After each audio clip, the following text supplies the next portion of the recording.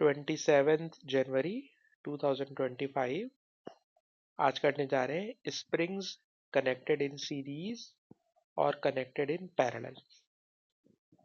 आपको जो सामने डायग्राम नजर आ रही है ऑब्वियसली सीरीज है, एक के बाद एक स्प्रिंग आ रहा है तो सीरीज है। सीरीज के अंदर जब दो स्प्रिंग लगे हों या एक से ज्यादा स्प्रिंग लगे हुए हों तो उन स्प्रिंग के नीचे जो हमने लोड हैंग किया हुआ होता है, जैसे इस क्वेश्चन में देखें तो लोड है 80 न्यूटन का।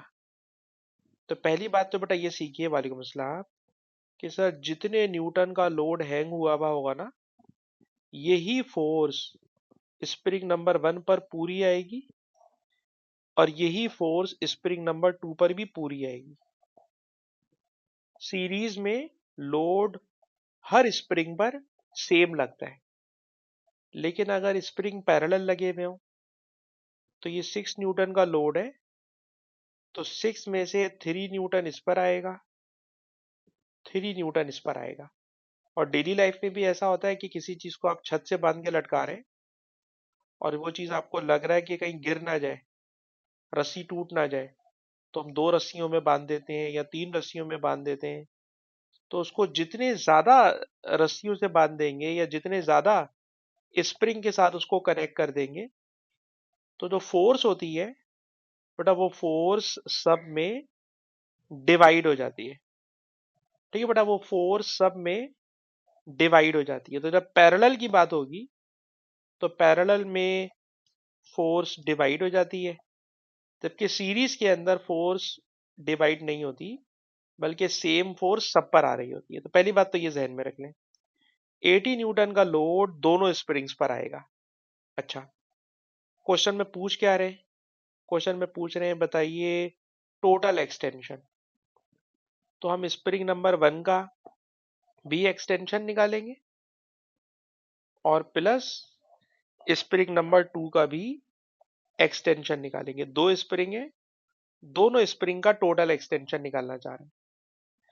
अच्छा, F इक्वल टू के एक्स होता है, तो सर x करेंगे तो वो F अपॉन के बन जाएगा। तो चलें वैल्यूज डालें। स्प्रिंग नंबर 1 की फोर्स 80 और स्प्रिंग नंबर 1 का कांस्टेंट 4 किलो, किलो है इसलिए divided by 1000, plus spring number 2 force 80 और स्प्रिंग नंबर 2 का कांस्टेंट 2 किलो मतलब 2000। अब बेटा आप कैलकुलेटर चलाइए और कैलकुलेटर चलाकर जो आंसर आएगा, सर ये आंसर पहले तो मीटर्स में होगा क्योंकि जो कांस्टेंट है बेटा वो मीटर में दिया हुआ है, तो रिजल्ट मीटर में आएगा। हमें आंसर चाहिए सेंटीमीटर में, तो उसको 100 से मल्टीप्लाई कर दीजिएगा। तो पहले मीटर में आंसर निकालें, उसको 100 से मल्टीप्लाई करके सेंटीमीटर में आंसर निकालें, तो आंसर आएगा सी। जब तक बच्चे सॉल्व करें, जब तक हम हुनैन के लिए दोबारा रिपीट कर देते हैं। बेटा हुनैन, आज हम पढ़ रहे हैं सीरीज पैरेलल वाले स्प्रिंग। दो स्प्रिंग बेटा सीरीज में लगे हुए, रूल ये पढ़ा रहे हैं कि जितना लोड हैंग हुआ हुआ होता है ये लोड दोनों स्प्रिंग पर इक्वली आ जाता है। 80 न्यूटन इस पर भी आएगा, 80 न्यूटन इस पर भी आएगा। हमें कैलकुलेट करना है एक्सटेंशन। एक्सटेंशन होती है एफ अपॉन के। तो स्प्रिंग नंबर 1 की एक्सटेंशन फोर्स 80, स्प्रिंग नंबर 1 का कांस्टेंट 4 किलो, स्प्रिंग नंबर 2 पर फोर्स 80, स्प्रिंग नंबर 2 का कांस्टेंट 2000। सॉल्व करोगे बेटा आंसर पहले मीटर में, 100 से मल्टीप्लाई करोगे तो सेंटीमीटर में, आंसर आ जाएगा 6 सेंटीमीटर। अब आगे चले बेटा, काफी देर से हम बच्चों की आमद का इंतजार करते हुए अब आगे बढ़ना चाहिए। Now next question. सर इस क्वेश्चन में ना इतने सारे जो ऑप्शन है, चारों ऑप्शंस को हमने सॉल्व करना है और हमने ढूंढना है किसमें लार्जेस्ट एक्सटेंशन है। कैलकुलेट करके आएगा, कोई ऐसी डायरेक्ट नहीं बता सकते। तो जरा सुनिए, पहली बात तो ये बता रहे हैं कि इसमें जितने स्प्रिंग लगे हुए हैं सब के सब आइडेंटिकल स्प्रिंग है। आइडेंटिकल स्प्रिंग हो तो सबका स्प्रिंग कांस्टेंट सेम होता है, और अब सेम स्प्रिंग कांस्टेंट हो तो हम कहते हैं स्प्रिंग कांस्टेंट की वैल्यू ले लिया करें 1। तो इस क्वेश्चन में तमाम स्प्रिंग्स के लिए स्प्रिंग कांस्टेंट की वैल्यू है के की वैल्यू 1। अच्छा जी, आ जाते हैं ऑप्शन ए पर। सर ऑप्शन ए में लोड लगा हुआ है 2 न्यूटन का, तो 2 न्यूटन बेटा इस पर भी आएगा, 2 न्यूटन इस पर भी आएगा। हमें कैलकुलेट करना है एक्सटेंशन। सर एक्सटेंशन होती है x1 plus x2। Sir extension होती है force divided by spring constant, force divided by spring constant. 2 Newton का लोड, तो दोनों पे फोर्स 2 न्यूटन, और स्प्रिंग कांस्टेंट सबका सेम है, इसलिए हमने अपने पास से उसको 1 ले लिया है। 2 + 2 सॉल्व करोगे तो इसका एक्सटेंशन आएगा 4। यूनिट के चक्कर में हम लोग नहीं जा रहे। अच्छा जी, ऑप्शन बी में आ जाए।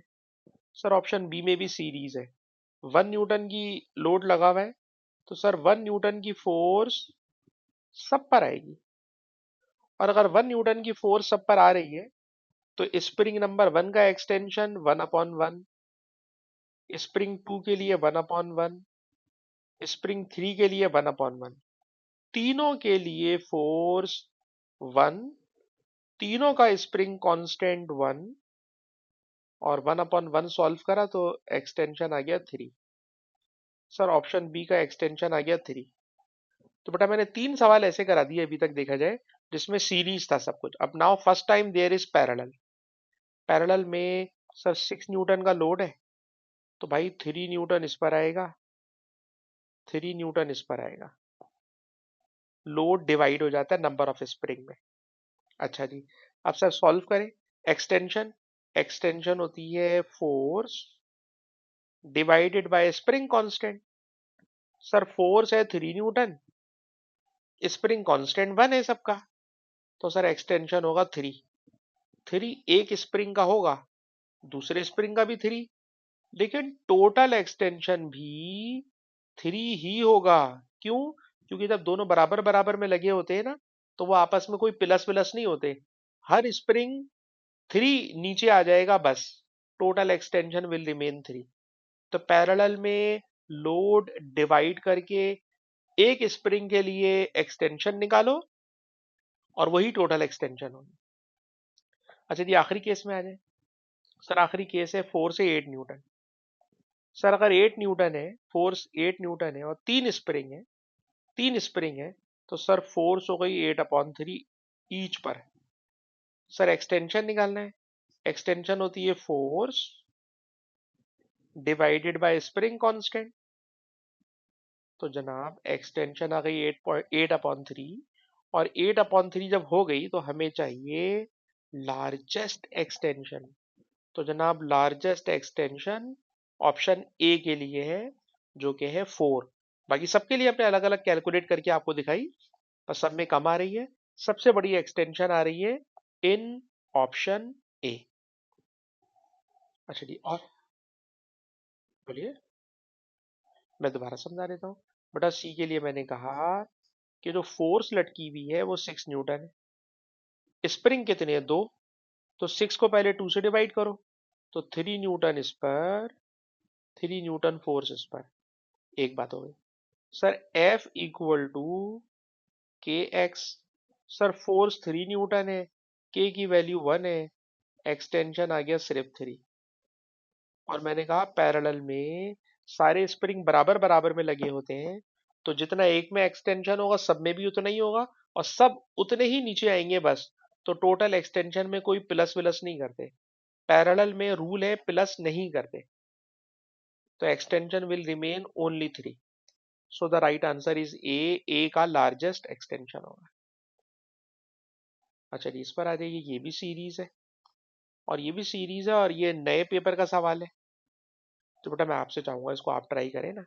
अभी मैं ऊपर आपको इतने सारे करा चुका हूँ, इस सवाल को बेटा खुद से कीजिए, और इसमें भी हमें टोटल एक्सटेंशन निकालना है।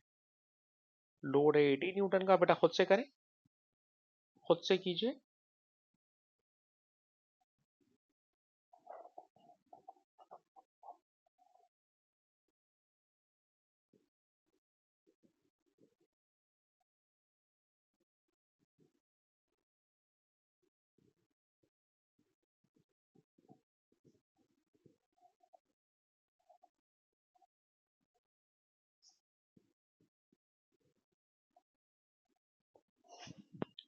यकीनन आपने कर लिया होगा। लोड हैंग है 80 न्यूटन का, तो सर 80 न्यूटन फोर्स दोनों में आ गई। Force divided by spring constant, spring constant centimetre में, force divided by spring constant, spring constant centimetre में, इसलिए आंसर भी डायरेक्टली सेंटीमीटर में आ जाएगा। इस मर्तबा मल्टीप्लाई 100 करने की जरूरत नहीं होगी। तो बेटा फाइक आपको मैंने पहले सवाल किसी फार्मूले से कराए थे जो ज्यादा मुश्किल थे, और इस मर्तबा मेरे ख्याल में मैंने आपको बगैर फार्मूले के कराए जो ज्यादा सेंसिबल और ज्यादा आसान है। अच्छा जी, सीरीज पैरेलल खत्म, सीरीज पैरेलल खत्म। एक दूसरा सवाल है, इस क्वेश्चन में हमने कैलकुलेट करना है क्या। आपको पहले सवाल समझाते हैं। सवाल बेटा ये है कि स्प्रिंग एक ही है, इस स्प्रिंग के नीचे मैंने 8 न्यूटन का एक लोड अटैच कर दिया इसके लोअर एंड से, और अभी मैं इसको अपने हाथ में मैंने होल्ड किया हुआ है, ठीक है जनाब। और इस वक्त ये अनस्ट्रेच है, इस वक्त ये अनस्ट्रेच है, it is its original length. फिर क्वेश्चन में कहते हैं कि हमने लोड को रिलीज कर दिया, छोड़ दिया, तो वो नीचे वाई तक गया, एक्स से वाई तक गया, और फिर स्विंग करने लगा। जब नीचे गया तो 4 सेंटीमीटर नीचे गया, ऑसिलेट करने लगा, ऊपर नीचे ऊपर नीचे ऊपर नीचे, और ऊपर नीचे करते करते करते फाइनली रुक गया। कहाँ रुका सर? रुका है आके ऊपर। तो इसने स्टार्ट किया है पोजीशन ओ से, और इस ऑसिलेशन को खत्म किया है, ऑसिलेशन को खत्म किया है ओ पर। इस वाई का कोई काम नहीं है।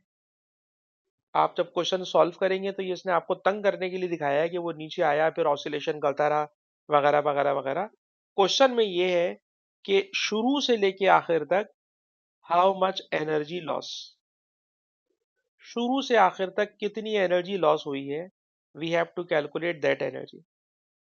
तो पहले तो बेटा जरा ये सोचें कि जब स्प्रिंग ऊपर नीचे स्विंग कर रहा होता है तो इसमें कौन कौन सी एनर्जीज इन्वॉल्व होती हैं। जवाब, सर अब स्प्रिंग ब्लॉक नीचे गया तो नीचे जाने में सर इसने ग्रेविटेशनल पोटेंशियल एनर्जी लूज कर दी, नीचे चला गया।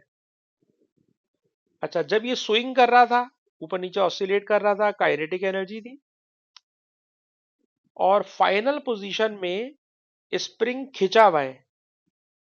अगर स्प्रिंग स्ट्रेच हुआ हुआ है तो सर स्प्रिंग में है इलास्टिक पोटेंशियल एनर्जी। तो अभी सिर्फ ये बात मैं ये समझा रहा हूं कि इस ऑसिलेशन में 3 एनर्जीज इन्वॉल्व हैं। लेकिन मैंने कहा ना कि हमें स्टार्ट और फाइनल में इंटरेस्ट है, दरमियान में क्या होता रहा हमें नहीं पता। हमें मालूम करना है इवेंचुअली आखिर में कितनी एनर्जी लॉस हुई है, फाइनल बताइए बस। तो बेटा इनिशियल भी रुका हुआ है, फाइनल भी रुका हुआ है, तो सर काइनेटिक एनर्जी को तो इग्नोर मार दें। अब सिर्फ गौर करें ग्रेविटेशनल पोटेंशियल एनर्जी और गौर करें इलास्टिक पोटेंशियल एनर्जी। तो पहले ग्रेविटेशनल पोटेंशियल एनर्जी पे काम करते हैं। सर ये बात तो आपने सही कही कि ब्लॉक नीचे चला गया है, इस जगह से नीचे चला गया है, तो इसने पोटेंशियल एनर्जी लॉस की है। सर पोटेंशियल एनर्जी लॉस का फॉर्मूला होता है एम जी, और जितनी उसने हाइट लॉस की हो। सर एम जी होता है वेट, एम जी होता है वेट। सर वेट है 8 newton, M G weight, weight है 8 न्यूटन। डेल्टा एच, जब आपने ब्लॉक बांधा तो ब्लॉक कितना नीचे चला गया, पोजीशन एक्स से, पोजीशन एक्स से ब्लॉक कितना नीचे चला गया। तो सर ब्लॉक 2 सेंटीमीटर नीचे आया हुआ है, 2 सेंटीमीटर। सेंटीमीटर को मीटर में कन्वर्ट किया, और जब आपने इसको बेटा पूरा सॉल्व किया तो जनाब इस ब्लॉक ने 0.016 सॉरी 0.16, सर इसने 0.16 एनर्जी लॉस कर दी। जो एनर्जी लॉस हो रही है उसको मैंने लिख दिया माइनस। माइनस का मतलब इसने लॉस किया है। माइनस का मतलब, हाँ बेटा बोलिए। हाँ ना, तो ये बताइए, जो mg होता है बेटा, mg वेट नहीं होता क्या? है ना बेटा, mg वेट होता है ना बेटा। तो mg की जगह मैंने 8 लिख दिया, यानी वेट लिख दिया। ठीक है बेटा। अच्छा जनाब, ये हो गई हमारे पास ग्रेविटेशनल पोटेंशियल एनर्जी का लॉस। ठीक है। अच्छा, काइनेटिक एनर्जी में वैसे ही इग्नोर कर चुका हूं, क्योंकि ब्लॉक स्विंग नहीं कर रहा, ऑसिलेट नहीं कर रहा, रुक चुका है। अच्छा, अब आ जाइए इलास्टिक पोटेंशियल एनर्जी पे। क्या इस वक्त स्प्रिंग स्ट्रेच हुआ है पोजीशन एक्स पर जब ये है, पोजीशन ओ पर जब ये है, तो क्या स्ट्रेच हुआ है? हाँ सर, स्ट्रेच हुआ है। जब हमने ब्लॉक को होल्ड किया हुआ था तो वो पोजीशन एक्स पे था। जब मैंने छोड़ दिया ऑसिलेट करके, अभी नीचे गया हुआ है, मतलब खिंचा हुआ है स्प्रिंग। सर अगर स्प्रिंग खिंचा हुआ है ना, तो उसमें इलास्टिक पोटेंशियल एनर्जी इसने अपने अंदर होल्ड की हुई है। ब्लॉक के अंदर इस वक्त इलास्टिक पोटेंशियल एनर्जी है। और इलास्टिक पोटेंशियल एनर्जी के लिए फोर्स चाहिए होती है। सर फोर्स वेट है 8 न्यूटन। और स्प्रिंग इस वक्त कितना खिंचा हुआ है? सर स्प्रिंग खिंचा हुआ है 2 सेंटीमीटर। स्प्रिंग खिंचा हुआ है 2 सेंटीमीटर। और जब आप इसको सॉल्व करते हो तो ये बन जाता है 0.08। तो 0.08 पोटेंशियल एनर्जी उसने गेन की हुई है due to stretching, elastic potential energy. और क्योंकि वो नीचे गया हुआ है, इसलिए इसने ग्रेविटेशनल पोटेंशियल एनर्जी लूज की हुई है। क्वेश्चन है, हाउ मच एनर्जी लॉस, कितनी एनर्जी बाकी बची? तो जनाब इसने लूज कर दी थी 0.16, उसमें से बचत हो गई 0.8 की, लेकिन अभी भी लॉस है 0.08 का। और अगर 0.08 का लॉस है, तो क्वेश्चन में उसने खाली लॉस पूछा है, तो लॉस की वैल्यू होगी 0.08 जूल। लॉस की वैल्यू होगी 0.08 जूल। तो ये सवाल बेटा कोई आसान सवाल नहीं है। एनर्जी को देखते हुए और इस वाली बात को भी जहन में रखते हुए कि बीच वाली जो डायग्राम दी हुई है वाई, सर इसका कोई काम नहीं है। हमने इनिशियल और फाइनल के बिटवीन टोटल एनर्जी का चेंज देखना है। और टोटल एनर्जी के चेंज में ग्रेविटेशनल पोटेंशियल एनर्जी लूज हुई है और इलास्टिक पोटेंशियल एनर्जी गेन हुई है। तो दोनों का रिजल्ट है 0.08 जूल। तो ये क्वेश्चन भी हमारा कंप्लीट हो गया। आगे चलते हैं। और आगे चलने के लिए बहुत हिम्मत चाहिए। आगे चलने के लिए बहुत हिम्मत चाहिए। सर जो अगला टॉपिक है ना, इसका नाम है graph of spring energy. Graph of spring energy. Spring के अंदर जो एनर्जी स्टोर होती है उसके ग्राफ। और उसके ग्राफ समझाने के लिए पहले थ्योरी समझना होगी, डायरेक्ट समझ में नहीं आएगा टॉपिक। तो पहले जरा थ्योरी देखिएगा बेटा। इस टॉपिक की थ्योरी क्या है, जरा टॉपिक की थ्योरी देखिएगा। थ्योरी बेटा ये है कि अगर मैं वाई एक्सिस के ऊपर फोर्स रखूं और एक्स एक्सिस के ऊपर एक्सटेंशन, और आपसे कहूं इन दोनों का ग्राफ बनाए, तो आप कहेंगे सर इसका जो ग्राफ होगा, फोर्स और एक्सटेंशन का ग्राफ स्ट्रेट लाइन होता है। ये straight line graph limit of proportionality तक होता है। ये जो ग्राफ है स्ट्रेट लाइन, ये लिमिट ऑफ प्रोपोर्शनलिटी तक होता है। और लिमिट ऑफ प्रोपोर्शनलिटी तक अगर आप इस ग्राफ के एरिया अंडर द कर्व निकाल लें, तो जो ग्राफ, सॉरी जो एरिया अंडर द कर्व होता है, उस एरिया को आप कह सकते हो वर्क डन ऑन स्प्रिंग, आप उसे कह सकते हो इलास्टिक पोटेंशियल एनर्जी, और उसे आप कह सकते हो इलास्टिक स्ट्रेन एनर्जी। तीनों नाम दे सकते हो, work done on spring, elastic potential energy, elastic strain energy, बल्कि एक और नाम देने दें, वर्क डन बाय स्प्रिंग। कुछ भी नाम दे सकते हैं, लेकिन ये नाम होंगे up to limit of proportionality. लेकिन जैसे ही आप लिमिट ऑफ प्रोपोर्शनैलिटी क्रॉस करोगे,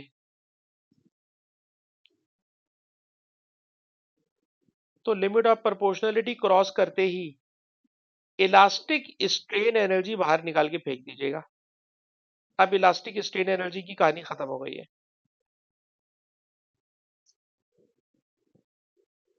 लिमिट ऑफ प्रोपोर्शनैलिटी क्रॉस करने के बाद बेटा ये लिखना, लिखे बगैर सवाल नहीं कर पाओगे। अगर आपके पास लिखा हुआ नहीं होगा, आप सवाल नहीं कर पाओगे। जब मैं सवाल करूंगा, आपसे पूछूंगा और आपसे ये बोलूंगा कि जो आपने लिखा था उसमें देख के बताओ इसका क्या आंसर है। सवाल पास पेपर का होगा, आंसर उसमें से देख के दोगे, लेकिन पढ़ के देना, लिखवा रहा हूं इसीलिए। लिखो पहले, लिमिट ऑफ प्रोपोर्शनैलिटी के बाद नहीं होता इलास्टिक स्ट्रेन एनर्जी, लेकिन उसके बाद होता है work done on spring, work done by spring, elastic, सब कुछ चलेगा। इलास्टिक स्ट्रेन एनर्जी निकल जाएगा, लेकिन ये सब कुछ भी रहेगा इलास्टिक लिमिट तक। इलास्टिक लिमिट तक सब कुछ ऐसा ही है जो मैंने भी कहा। इलास्टिक लिमिट तक, इलास्टिक लिमिट तक आप सब कुछ बोल सकते हो, लेकिन इलास्टिक स्ट्रेन एनर्जी नहीं बोलना लिमिट ऑफ प्रोपोर्शनैलिटी के बाद। बाकी सब कुछ चलेगा इलास्टिक लिमिट तक। अच्छा जी, अरे सर अगर इलास्टिक लिमिट क्रॉस हो जाए, अरे भाई जब इलास्टिक लिमिट क्रॉस कर जाएगी, या मैं ऊपर लिख रहा हूं after elastic limit. Sir elastic limit होती क्या है? और भाई इलास्टिक लिमिट का मतलब होता है कि इलास्टिक लिमिट तक लोड इंक्रीज करना और लोड डिक्रीज करना सेम ग्राफ होता है। लेकिन जैसे ही इलास्टिक लिमिट खत्म होती है, तो सर इलास्टिक लिमिट खत्म होने के बाद अनलोडिंग का ग्राफ सेम नहीं रहता, और अनलोडिंग का जब ग्राफ सेम नहीं रहता, तो ये ग्रीन वाला ग्राफ बन जाता है। और सर अब ग्रीन वाला ग्राफ बन गया, तो अब जरा नई बातें सुनना, नई बातें गौर से सुनना। इलास्टिक लिमिट के बाद सर ये जो आपने ग्रीन लाइन बना दी और ग्रीन लाइन के नीचे एक ग्रीन ट्रायंगल बना दी, तो याद रखिएगा इस ग्रीन वाली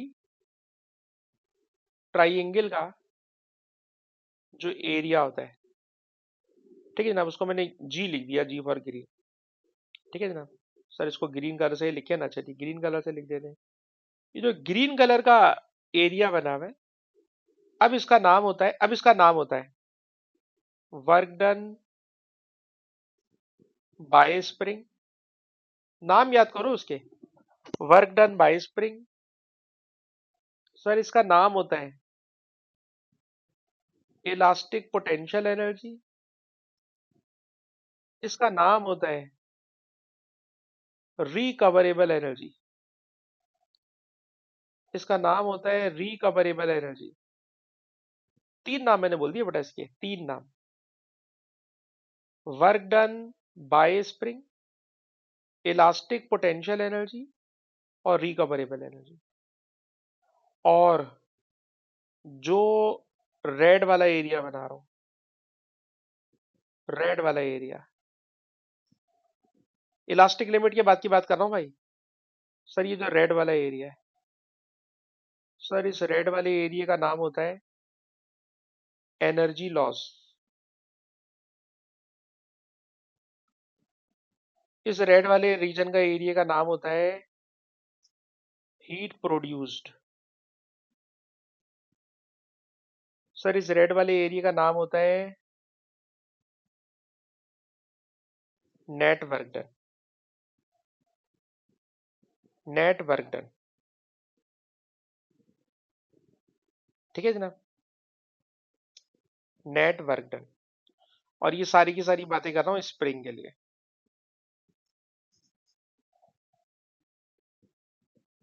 बेटा कॉपी कर लीजिए।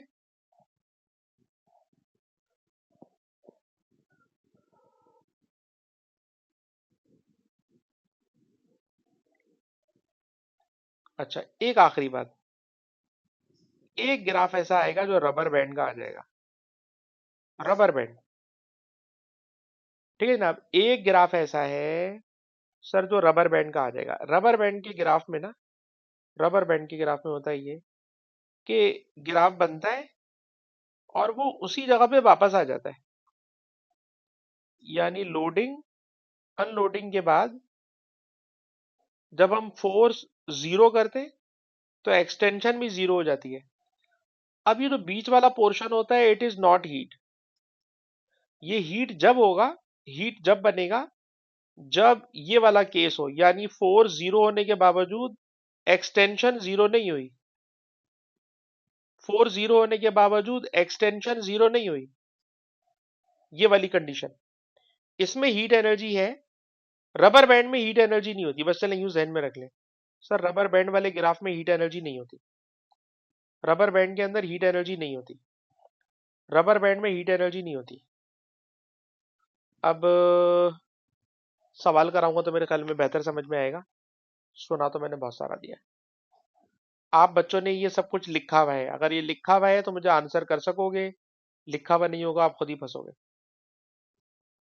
किसी बच्चे को शामिल करूंगा। फातिमा बेटा आपसे हम बात करेंगे। फातिमा, मुझे यकीन है कि आपने लिखा हुआ है सारा। ठीक है, और जब फातिमा ने लिखा हुआ है तो फातिमा बेटा हमें बताएं क्वेश्चन नंबर 10, अक्टूबर नवंबर 2018। और बहुत आसान सवाल दे रहा हूँ बेटा फातिमा आपको, सिर्फ आपने इलास्टिक पोटेंशियल एनर्जी पकड़ के बतानी है।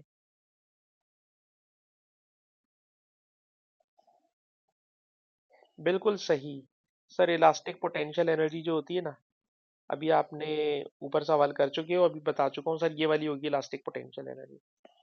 ठीक है, लेकिन फातिमा हम आपको और तंग करेंगे।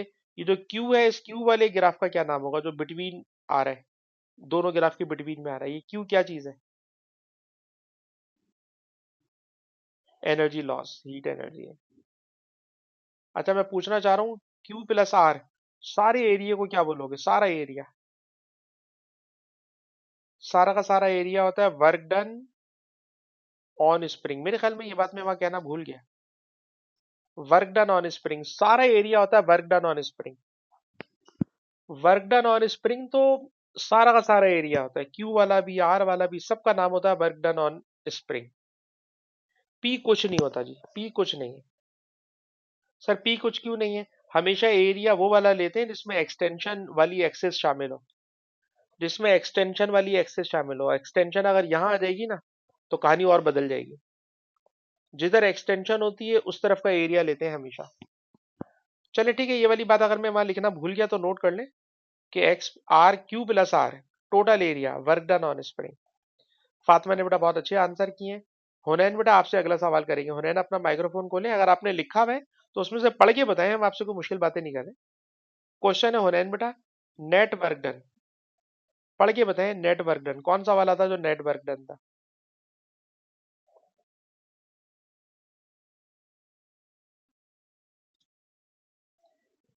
सी? नहीं यार, सी तो नहीं था यार, ऐसा नहीं करो। नेट वर्क डन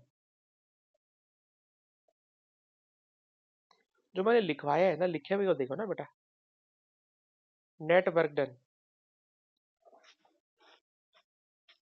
हुनैन तुमने लिखा नहीं बेटा, अगर लिखा होता तो बता लेते यार। नेट वर्क डन, ये रहा net work done. Net work done वो होता है जो हीट में जाया हो जाता है और दोनों ग्राफ के बिटवीन का एरिया होता है, नेट वर्क डन। हुनैन बेटा मिल गया, ये होता है नेट वर्क डन। ठीक है, दोनों लोडिंग और अनलोडिंग ग्राफ के बिटवीन का एरिया, लोडिंग और अनलोड के बिटवीन का एरिया। अब आंसर कर। हाँ बोले बोले। ऊपर वाला दिखाऊंगा, पहले जरा हुनैन को ये फाइनल करने दो। हुनैन बेटा जल्दी से ये वाला फाइनल करो। हो रहा है बेटा? बी हो गया ना, ये वाला दरमियान का, it is net work done. Net work done में एक्स प्लस वाई दोनों मिलाकर आ गया। अच्छा जी, इब्राहिम भाई कुछ पूछना चाह रहे हैं जी, पूछिए बेटा।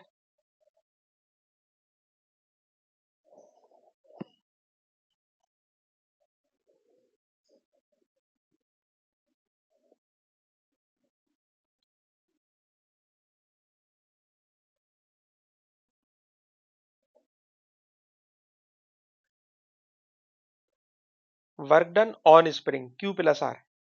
जी। Net work done, net net जो बाकी बचा। नेट वर्क डन यानी जो मटेरियल में रह गया। नेट का मतलब होता है ना जो रह गया, तो जो स्प्रिंग में रह गया और रह के जाया हो गया, ठीक है, वो नेट वर्क डन हो गया। सही। अब आपने सवाल किया इसलिए आपसे पूछना चाहूंगा इब्राहिम, बताना ये जेड वाला एरिया क्या शो करता है? जेड वाले एरिया के तीन नाम बताओ मुझे, तीन नाम।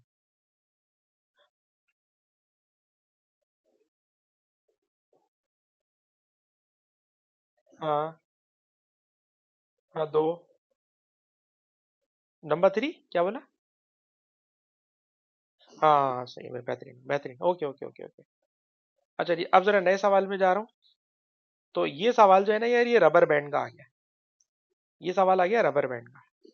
और रबर बैंड के अंदर जरा देखिएगा, रबर बैंड में जब हम सारी फोर्स हटा लेते हैं, ऑल्दो के लोडिंग का ग्राफ कुछ और है, अनलोडिंग का ग्राफ कुछ और है, लेकिन रबर बैंड के अंदर जब हम फाइनल पहुंच जाते हैं, फाइनल पहुंच जाते हैं फोर्स हटाकर, तब भी वो उसी स्टेट पे वापस आ जाता है। खैर, इस सवाल में वो पूछ क्या रहा है सर? इस सवाल में पूछ रहा है कि work done to stretch the rubber band. आसान सवाल है, ताहा आप हमें बताइए। वर्क डन टू स्ट्रेच यानी टोटल वर्क, सॉरी ज्यादा मुझे नहीं बोलना चाहिए, जो लिखा वही। Work done to stretch the sample क्या होगा?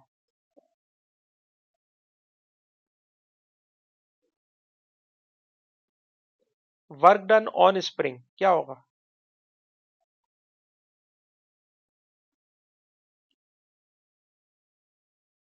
हाँ हाँ, one work done on spring, आसान कर रहा हूँ मैं आपके लिए।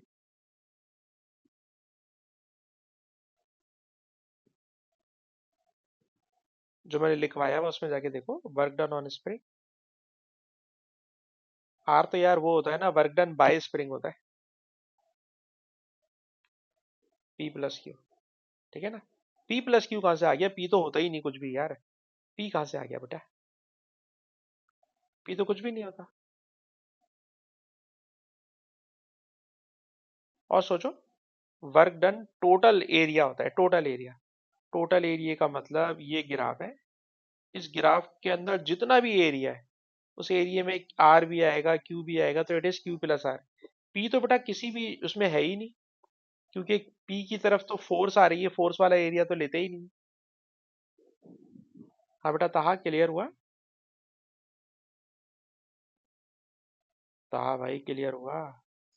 ठीक है जी, पी तो किसी उसमें नहीं है। Work done on spring, work done on spring, work done on spring, it is Q plus R, Q plus R. ठीक है जी। अच्छा जी, अम्मार, अम्मार भाई, आपके लिए क्वेश्चन नंबर 17। लिखा जी रबर बैंड। रबर बैंड, और मैंने कहा था रबर बैंड के अंदर हीट नहीं होती है, ख्याल रखिएगा। रबर बैंड में हीट नहीं होती। और आपको करेक्ट स्टेटमेंट ही ढूंढना है। Correct statement. अम्मार भाई आपका सवाल है। एरिया एक्स, एरिया एक्स का मतलब ये रेड वाला एरिया, दिस इज एक्स। ये एक्स जनरली हीट होता है, पर रबर बैंड में हीट नहीं बोलते, क्योंकि रबर बैंड जब आपने फोर्स सारी की सारी हटाई, तो वो अपनी ओरिजिनल जगह पे वापस आ गया गिरा। तो इसमें हीट नहीं है, इसलिए आंसर ए हटा दो, वरना बच्चे सब ए बोल देते हैं। बी को गौर करके बताओ, बी आंसर है या नहीं? अम्मार।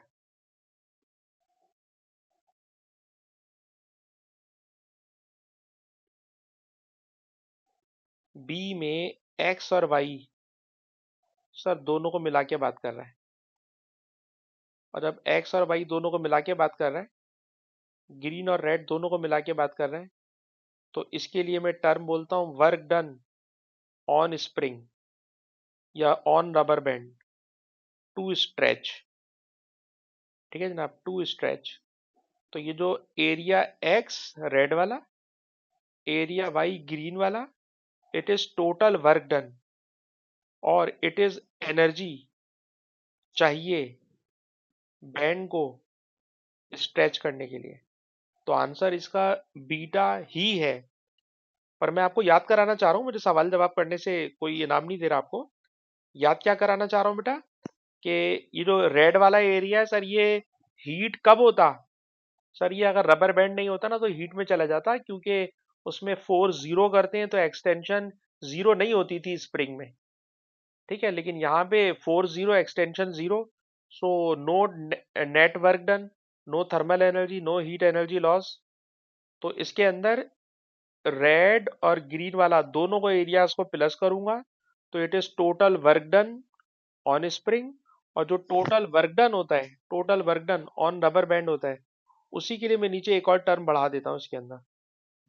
तो इसके अंदर बेटा ये जो टोटल वर्क डन है, टोटल वर्क डन, इस टोटल वर्क डन में, टोटल वर्क डन में, टोटल वर्क डन दोनों को जो प्लस करके आ रहा था, तो याद रखिएगा टोटल वर्क डन का मतलब होता है मिनिमम एनर्जी रिक्वायर।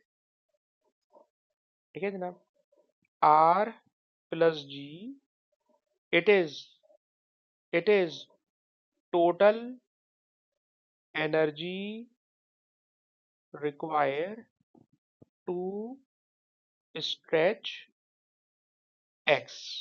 जितना भी आप स्ट्रेच कर रहे हो उसको स्ट्रेच करने के लिए जो टोटल एनर्जी रिक्वायर है, it is R plus G, and it is total work done to stretch, it is total work done to stretch, it is total work done to stretch. ठीक है ना? अच्छा बेटा, शाम वाली क्लास के अंदर भी मैंने एक्यूरेट यहीं तक पढ़ाया है, तो इसलिए हम अपनी इस रिकॉर्डिंग को भी एक्यूरेट यहीं पे बंद करेंगे। और